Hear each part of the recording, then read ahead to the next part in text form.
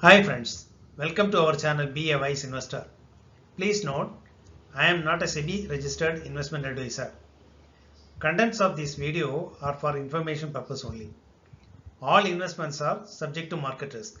If you are not understanding the risk or not ready to face the risk, please avoid stock market investment. We are very much thankful to you all who have shared, supported and subscribed our channel Be a Wise Investor. Please like, share and subscribe this channel. Nasdaq closed at 11,448.40. There is a loss of 103.96 on Friday. But at present, Nasdaq futures is also trading minus 61.25.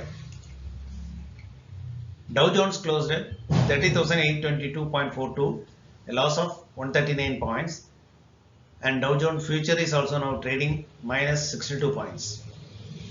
All the European markets are closed in red on Friday. Singapore Nifty is trading with a loss of 14.50 points as of now.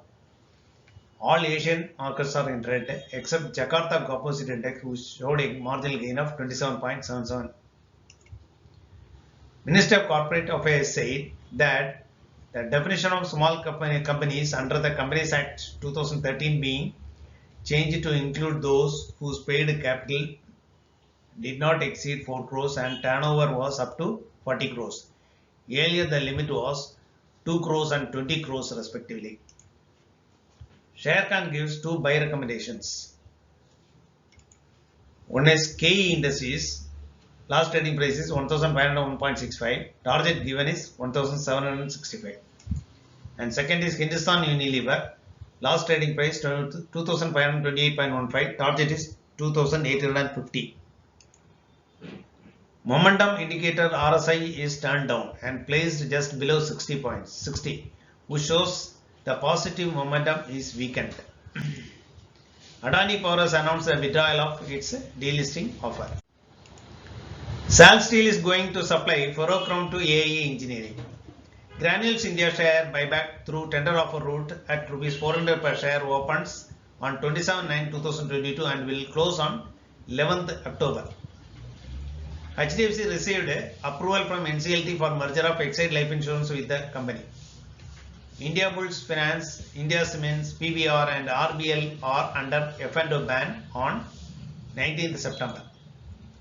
Ainos Green Energy plans to launch 750 crores IPO in the next 30 to 45 days.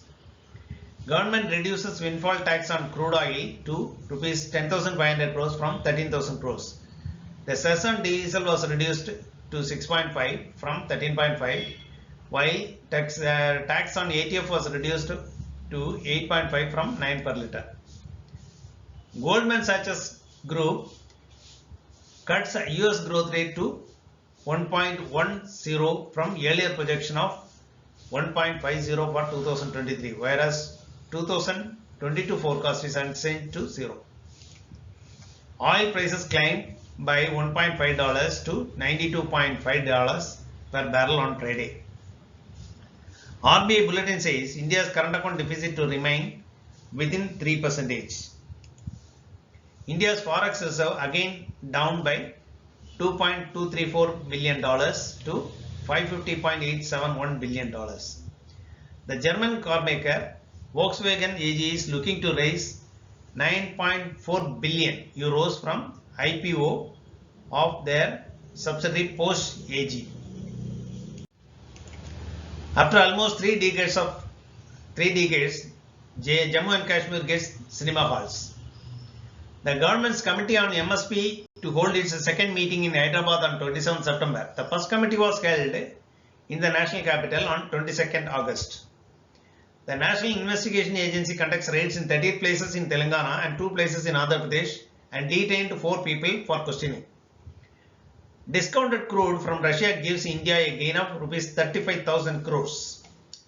Fresh COVID cases raised in Kerala are up by 50%, which results in a marginal increase in India's weekly case count.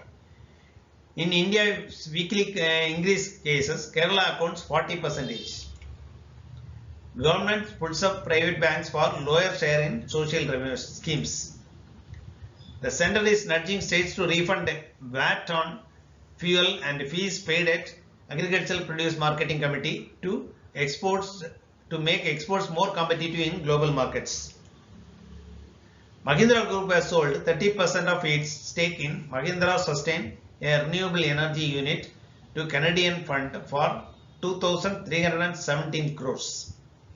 Of the total NRI remittances to India, private banks cornered 52.8%, PSB banks 39.4%, and foreign banks 7.8%. Federal Bank alone corners 21% of the NRI remittances.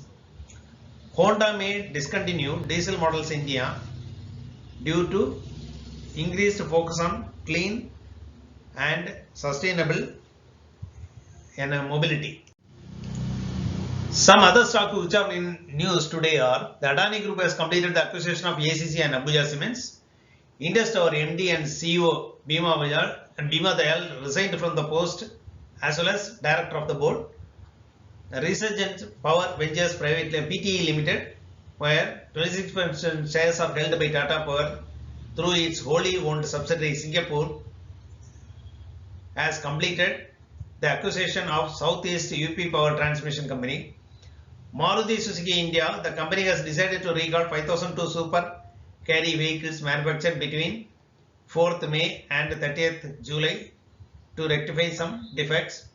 Mahindra Holidays and Resorts India has increased its stake in Rock Sport to 23.42%.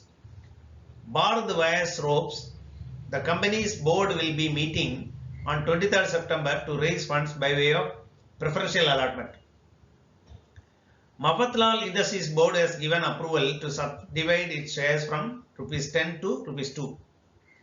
Sri Renuka Sugars is expanding its capacity for ethanol production from 720 KLPD to 1250 KLPD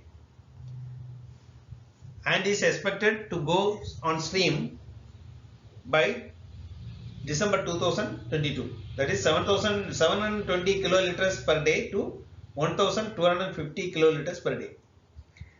Integrated Core Strategies Asia offload stake in Arctus Value Housing, Asahi India Glass, Lemon Tree Hotels, and Motherson Sumi Wiring. These all are the information available with me now for sharing. Thank you so much for watching this video. If you find this useful, please like the video, share it with your friends and relatives, and subscribe the video please.